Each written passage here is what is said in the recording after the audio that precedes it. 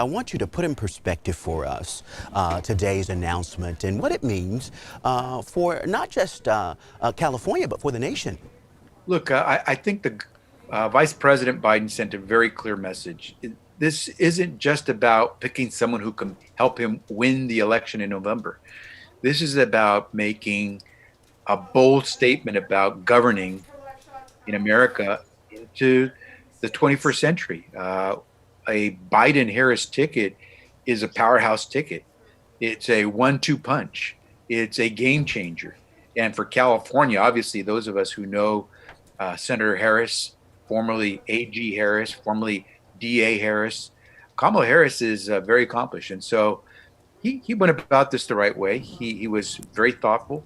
But let me tell you, Biden Harris, that's a powerhouse ticket. Talk to me as Attorney General about what this means for you in this role. The fact that we could see someone rise from district attorney to attorney general to senator to now vice presidential nominee and to be in this role, in this historic role as the first black female to be on a major ticket in our country. What does this say?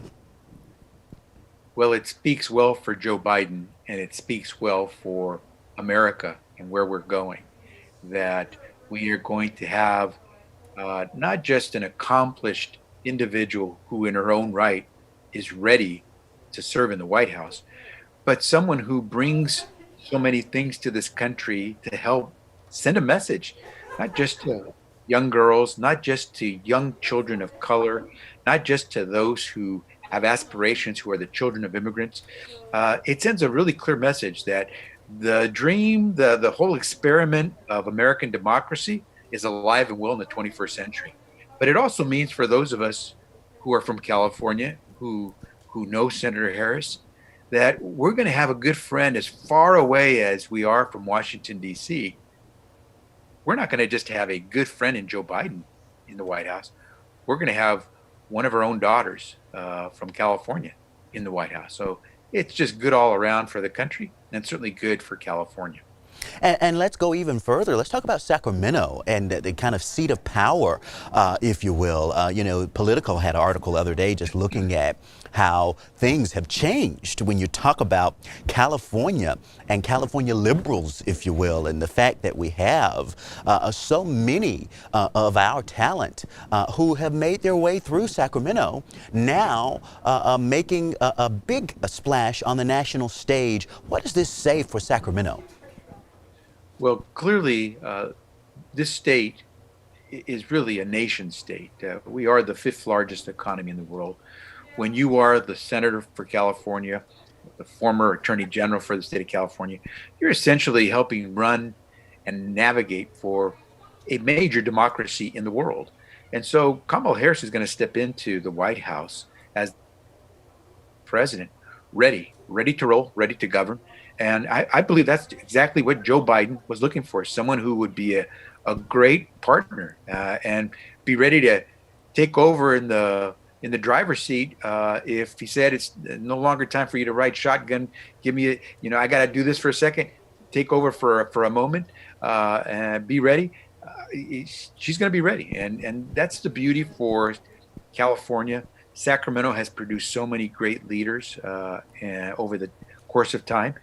Today, it's no different. And good that America, Vice President Joe Biden, are rewarding California for really producing top-notch leaders for this country, not just for our state. I just want to talk personally for you and about what this means because you had your own kind of historic moment here in California, and for you to now be the Attorney General of California and to see what's possible, to see where things can go. What does this moment mean for you? Well, in my case, I had a legendary governor, Jerry Brown, give me this opportunity to prove myself. And now Joe Biden has given Senator Harris a chance to prove herself. It's a great thing. And it's why so many of us grow up believing in this American dream, even though our parents never had that opportunity to be fulfilled as Americans because of their race or the color of their skin, their language barriers. And so it's a testament to this country that it's always looking to do better. It's always looking to redeem itself. And for those of us who have that chance to be the first, simply what it means is we want to keep that door open. So no longer do we have to talk about first. It's inclusion all the way, baby. And I think what we're finding is that this is a moment to be proud in this country because it signals, yes, just again, that we're ready for that next level. Just as we were ready when Barack Obama became president to go to the next level, now we've got Kamala Harris getting ready to be vice president. This country, the state of California, we really are ready to step up and take it to the next level. You know, I have to ask you because to play devil's advocate, there will be those who say in this moment where policing and the questions around policing and law enforcement are so pivotal to the conversation, and we look back on Kamala's role as Attorney General, and there will be those who say that perhaps she wasn't the most liberal of those in that position, but perhaps she staked, a different take on things. How should those in our party who say they're looking for someone to really own this moment and really stand up and speak out for those who are crying for change and crying for action when it comes to taking things on and when it comes to police reform, how should folks view this? Well, look, I think if people want to be honest and they take a look at Kamala Harris as a complete person, her record of success and her experience, I think what they're going to do is they're going to see someone who's not just thoughtful, including on very important, very sensitive, but very crucial reform issues like policing. I think you're going to find that she was thoughtful. She took into consideration all that goes into making this reform work, because at the end of the day, it's got to work. So she was just thoughtful, not just thoughtful. But here's the thing that I think so oftentimes sets Kamala Harris apart. She's fearless. And so you bring someone who's thoughtful together with someone who's fearless, that's a mighty combination.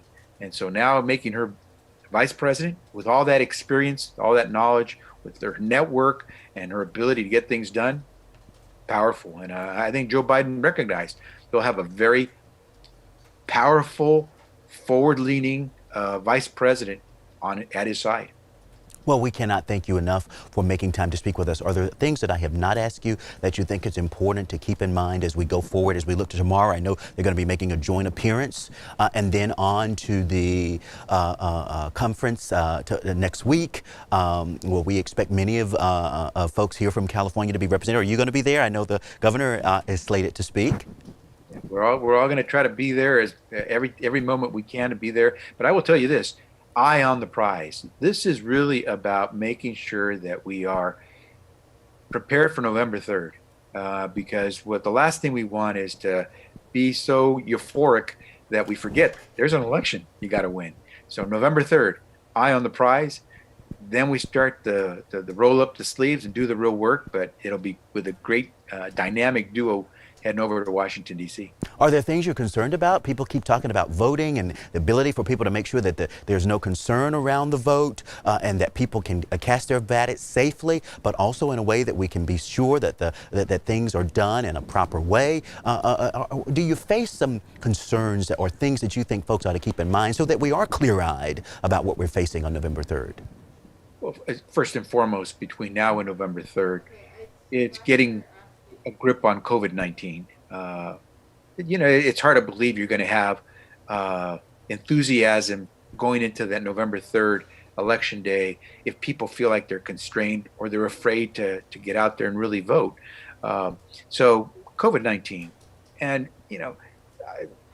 we need our leaders to pick up their game, because it's incredible. In fact, it's unconscionable that the richest country, the greatest democracy in the world, has the highest level of infection and death. Just a testament why November 3rd is going to be such an important date and why everyone should get out and vote. But I will tell you this, at least in California, I can tell you that we are doing everything to prepare for any eventuality for this election, to make sure that if you're going to vote, your vote will count. And so while we have every reason to be concerned that there are people from outside our country who are trying to influence our election, If we're all doing our job, there shouldn't be a problem. The problem is, of course, we're never guaranteed that Washington, D.C., the folks in the White House are going to do their job. Thank you very much. You're very generous to speak with us. Thank you. Okay.